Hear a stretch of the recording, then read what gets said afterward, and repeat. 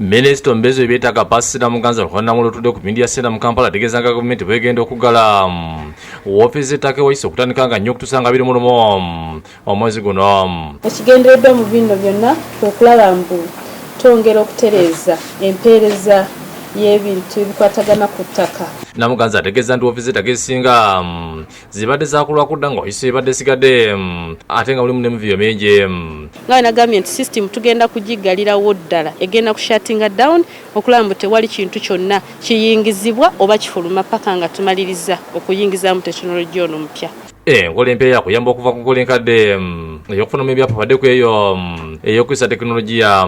Ne bw'oleta ekyapa ng'oyagala kikuba mu lutobazi ono tekinologiya akugamba nti awo lutobazi wano kibira kya gavumenti wano National Park. Namuganza ategeeza nga ebyapa 200 bwe byasazibwa mu mwaka ogwedde era nga alabudde abantu bonna obutalimba bafeere mu kiseera kino nga ofiisi nzigale kuba tewali kigenda kukolebwako. Tutuuse ku ofiisi zino wakisonesanga abantu nga baze mu bungi okubakola ku nsonga zaabwe zitakabula nga basobeddwa obutamanya kibadde kigenda mu maaso. Obadde wakavuyo nga bangi obudde balwana okulaba nga bukolebwako ng'obudde tebunnayitako. Oluva bategeezeddwa nti ofiisi zibadde zaakugala okutandika ne leero era bangi obedde empapula zaabwe badde baziyisa amadirisa.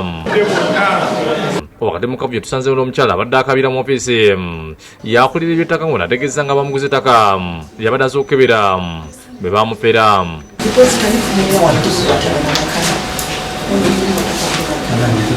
Betwogeddeko n'abategeeza nga babuloka b'ettaka bwe basuse mu mwekiso nga bano baviirako obuvuyo obuliyo. Osanga kapuloti nga kaliko ebyapa 6 kamu bwe kati naye nga ku 6 kubeerako ekyapa ekimu ekiramu ebitaano nga bisi. Abulanzi okubya ettaka wayise Kristi nga Twesigye aliko byalambise.